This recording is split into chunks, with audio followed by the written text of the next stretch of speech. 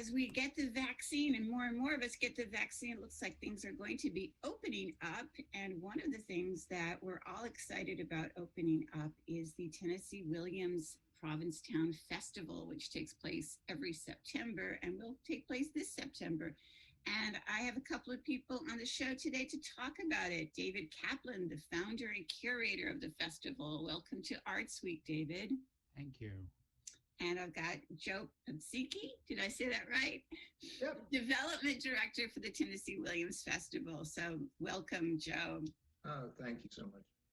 So let's talk in general about the festival first. This is what year, David?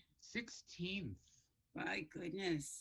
That's how we feel. My goodness. My goodness. And so every year, for those of you who don't know, every year the Tennessee Williams Festival has a theme. And this year the theme is? The theme is Tennessee Williams and censorship. Can you talk a little bit about that, David? The idea is that in 1621, the year began in Provincetown with the Mayflower having sailed away, never to return. Right. And this began 400 years of non-Puritan thinking at the tip of the Cape and Puritan attempts to stop it. Right. And that the festival this year will follow in the grand tradition of persisting in censorable performances. No, seriously, Williams' experience from the 40s through the 80s and after his death is a good way to examine censorship in America and in the world, as his work was criticized beginning in 1940 and closed down or censored, and throughout the decades has been the subject of people that wanted him to advocate for certain kinds of morality, which is not what he did. Right. So it's an interesting topic right now when people are arguing about the value of censorship, whether there are cases where it should happen, whether there are no cases it should happen, and it's a discussion that's going on worldwide. So by putting on these plays, we are engaging with something that's happening right now, 400 years after the Mayflower split. It is extremely timely for sure. And it was picked 3 years ago.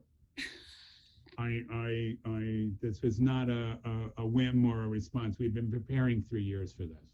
Sometimes the universe just makes things happen like yes. that. Right, right. So have you already chosen the different plays and the Yes. different... Yeah, we know we're going to try to do a season of 8 plays. We're going to bring back some stuff that we did last year.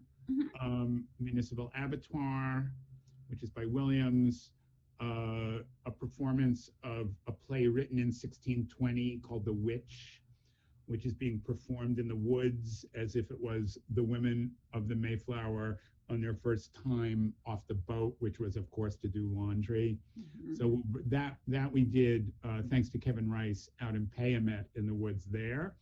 And we have some woods in Provincetown this year that we have in mind. And the other stuff will unveil as time goes on. But yeah, we've picked what we wanted to do. It's an all-American season, which we had also decided a couple of years ago, which is lucky because to get visas for our South African friends or for our Turkish friends or for our Japanese friends would be very, very difficult in COVID times. So it's companies from all over the United States. And we're looking forward to, sharing what we have. We were very lucky last year that it didn't rain, for one thing. Right, since everything was outdoors, for safety reasons. And so we're planning on another outdoor season this year, all around town. Excellent, excellent. Well, I want to get Joe in on the conversation because obviously it takes money to put on a festival, and you guys have some really interesting ways of raising some money, including a raffle that's coming up. You want to talk a little bit about that, Joe? Sure. A couple of years ago, to surround Tennessee's birthday, we started Birthday Bash, which was something new. We do it in March every year to celebrate Tennessee, and we had a big party with birthday hats and all kind of fun stuff at the Pilgrim House. Right. Now with COVID, of course, we had to cancel last year, and this year we also were not ready to go to do an inside celebration. Mhm. So at our board meeting in November, our board decided that this should be the year of gratitude. And that in our year of gratitude, we decided as a board, there are 13 of us board members, to go out around Provincetown and buy gift cards from restaurants, businesses, Mm. you name it, and then create baskets that we can raffle off. So we have done that, and we now have a total of 9 baskets, all paid for by board members from the Tennessee Williams Festival as a way of saying thank you. And we're going to start raffling them off. The raffle started March 1st, and the grand prize basket is $1,000 worth of Provincetown business gift cards. There are then 2 $500 baskets, and there will be 6 $250 baskets. And we felt not only by saying thank you during a very rough time, but at the same time we can, people can bid on buy raffle tickets from the Cape, people who own second homes here, and of course the people we're most grateful to, our audience, who they could maybe buy a ticket when they come for the week in September or a long weekend. They're going to have all these gift cards from businesses to go out and spend money in P-Town. And you really do have, I saw the list, and you've got a veritable who's who of just Provincetown staples. I'm just glancing at the list now, and you've got, the Canteen and Farland and the Provincetown Brewing Company and Snip Salon, all these places that those of us who live here year round really try to support as well. To be able to bring them to this audience is just phenomenal. We thought it was really important that we, as a festival and board members, spend a little money at these places rather than just ask them for stuff, and to encourage people who win these raffle tickets and baskets to go to those places. Mm-hmm. We are very grateful for the support that we got over the years, but particularly in 2020. And it allowed us to do live performances. So it's a way of us saying thank you. It's phenomenal, truly, to see all those names there. And I will be putting a copy of the press release up on Arts Week's blog for those of you who are listening and would like to see this. If you don't see the press release elsewhere, you can see it on our blog. And it just is all the places that have been kind of struggling this year to stay open and to keep serving the community. And it's just phenomenal that the festival is supporting that. And I want to say on behalf of the town, thank you very much. And what a great way to try something new and to go someplace you haven't gone before. So I think it's fabulous. I want to go back a little bit now, David, to the origins. How did you founded the Tennessee Williams Festival here in Provincetown? How did this come about for people who haven't been part of it for these, 16 years? 16 years. It started about 2 years before we actually began a first performance. I was working on a book about Tennessee Williams, wittily called Tennessee Williams in Provincetown. Snappy title, right? And so I was researching around town, and there were still people alive who had been friendly with him or not friendly with him that were willing to talk. And in doing the research, I realized that the town was Eugene O'Neill obsessed, and that no one really talked too much about Williams, and that Williams' time in P-Town was very important, and that he met both his serious boyfriends in P-Town, 2 of the 3. He tried to kill the second one in P-Town. That's always good. It's always a good story. And it kind of was like a dress rehearsal for Key West, with colder weather. So at that time, there were 2 organizations in the P-Town Theater. There was the P-Town Rep, which was a Lord company, that Linda Sterner was running. Mm-hmm. And there was the local community theater, which had been around for 37 years. And the people that owned and had put the money together to create this theater space were looking for other things to do there. And so I had just come back from some trip and I was researching in P-Town, and they invited me to have a conversation. PJ Lang invited me to come and talk to them, and I suggested this. And they were immediately in favor of it. And the next day, at what was then a restaurant called Chester's, a small group of us met and we agreed to do it. And certain people who prefer to be modest about it put their money right up front that day after I proposed it. And that's how it began. And we were and consistently, we've been very fortunate in our audiences because the town attracts a certain group of people who are sophisticated. And so I do not have to do the Glass Menagerie every year. And I do not have to, have school buses in to see the Glass Menagerie every year. I can do serious programming for adults. And our audience has grown over the years because people who enjoy this kind of thing, this is the kind of thing they enjoy. Mm-hmm. And they've brought their friends. And again, it helped us to weather the challenges of 2020. Yeah. Well, I do have to pick up on the Glass Menagerie. I don't know if you're going to make my day or dispel my clinging to a legend, but I went to the little bar at the A House once with Tony Jackman, who we lost this year, yes. Sadly. And he said, this is the bar where Tennessee Williams wrote the Glass Menagerie. No, true or not, David? Not true. Oh, Tony. Not true. Tony. Not true. He wrote it in a shack in P-Town. Nothing so glamorous as the A House. No. You could argue. Trying to get me to buy him a drink, to be honest. Yeah, I would like to say for the record that Tony Jackman's last public performance was for the Tennessee Williams Festival. Oh, right. Where he was dressed as Lady Bracknell singing smutty songs. He was indeed. Outdoors in a field with a fabulous wig on and a gown. I mean, that's perfect. A last performance. So perfect. So perfect. Joe, let me ask you, what attracted you to Tennessee Williams, not just to the festival, but also to the playwright?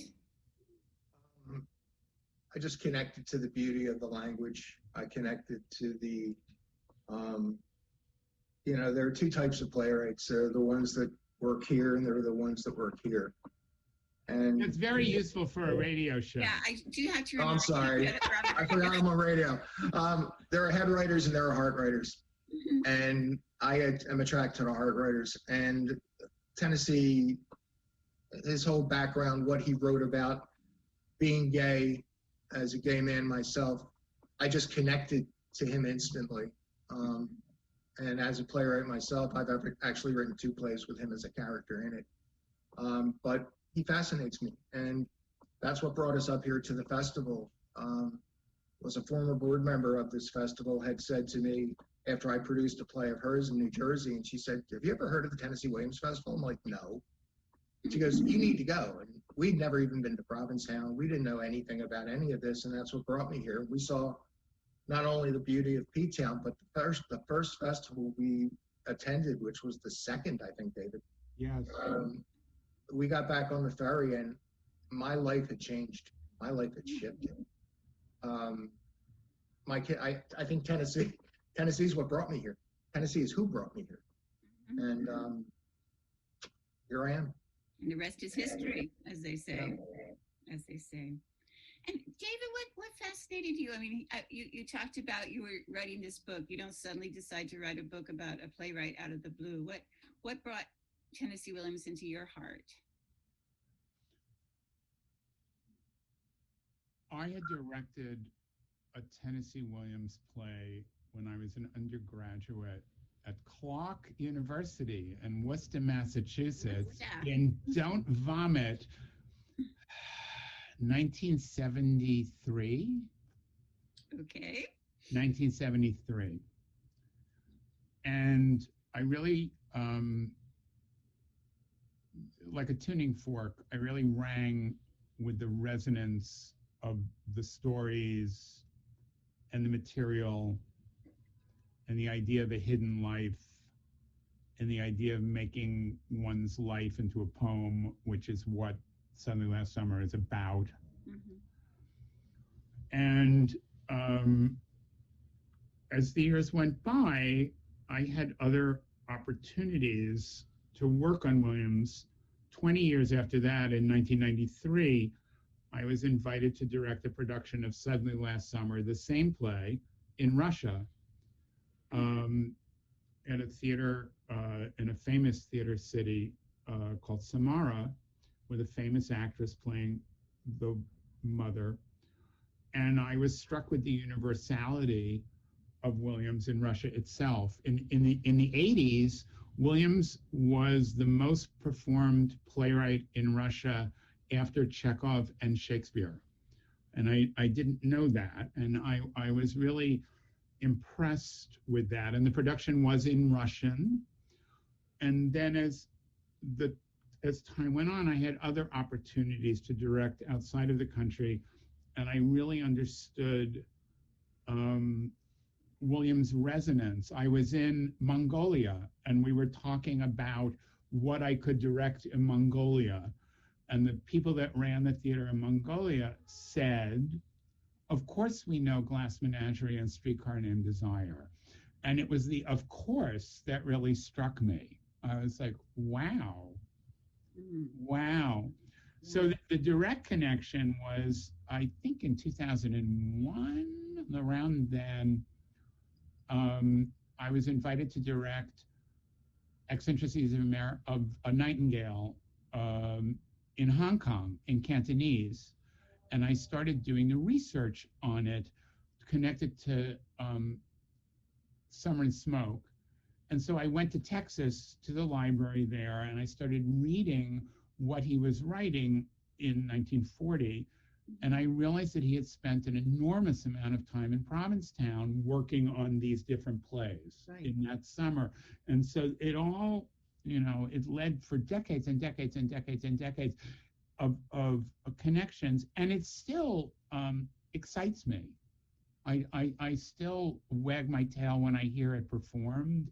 I still smile when I read it. It still works for me, and I think that's nice, And I also see that it's still performed around the world, and it's very exciting at the festival when someone from Ghana is having a conversation with someone from Cyprus or from someone from Turkey about how much Tennessee Williams means to them. And that I find very moving, and it also that they get to have a conversation with artists in P-Town.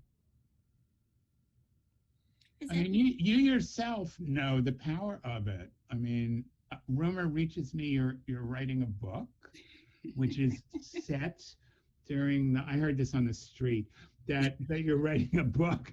You're talking about me on the street. That's bad. Yeah, well, better for this. That you're writing a book set during the Tennessee Williams Festival? Yes, indeed. I will be releasing a book in September from Homeport Press, which is called Sweet Bird of Death. Okay. Because of course it has to be a murder mystery, and it takes place during the Tennessee Williams Festival. So you're right. And my Excellent. book opens with a character reading your book, David. So, I hope it doesn't conclude with my dead body. My lips are sealed. Okay. Well, okay.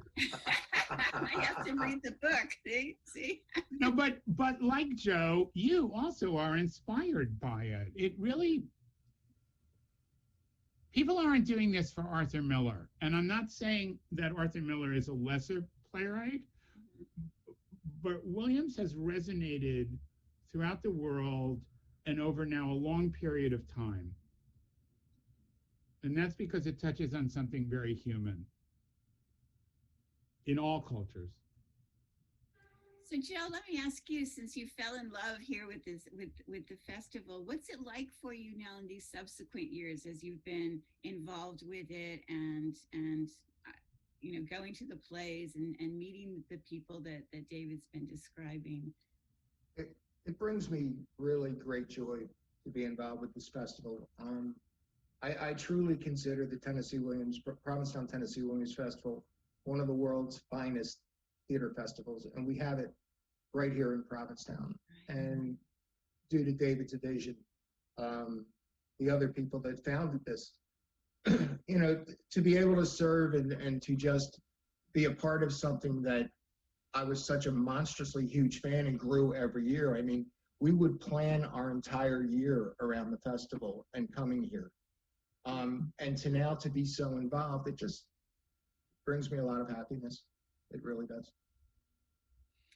Well, I want to remind people that you can help support not just the Tennessee Williams Festival, but a whole lot of, I guess, experiences is the best way I can put it, through the raffle that started on March 1st, and the drawing will be online on March 26th at 6 p.m. There's retail and dining, lodging, personal indulgences, galleries, all sorts of stuff to celebrate Tennessee Williams' birthday and to support local businesses and to raise money for the festival. And David, what are the festival dates this year? Oh, that's a really good question. And September 23rd through 26th. I just happened to look at it a minute. That's why Joe is on the board.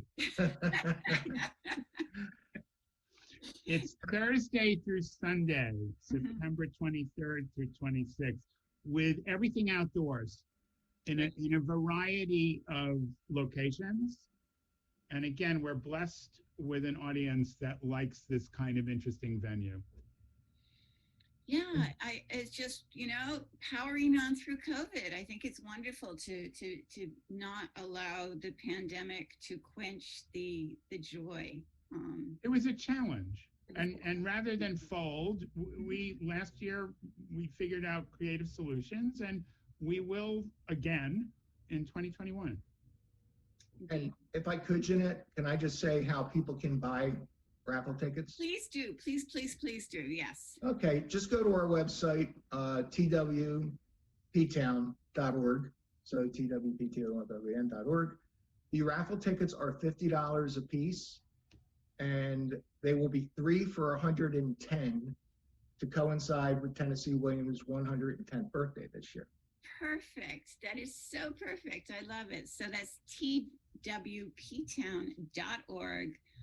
Be sure to visit, be sure to buy some raffle tickets, and also to keep an eye on what's going to be coming up for the festival this year. Yes. David and Joe, thank you so much for being my guests on Arts Week. Thank you, Jeannette. Thank you, Jeannette, so much. And thanks to everyone for listening in. There's a lot to see and do, so get out there and do it. I'll be back soon to tell you more. Until then, au revoir, Provincetown.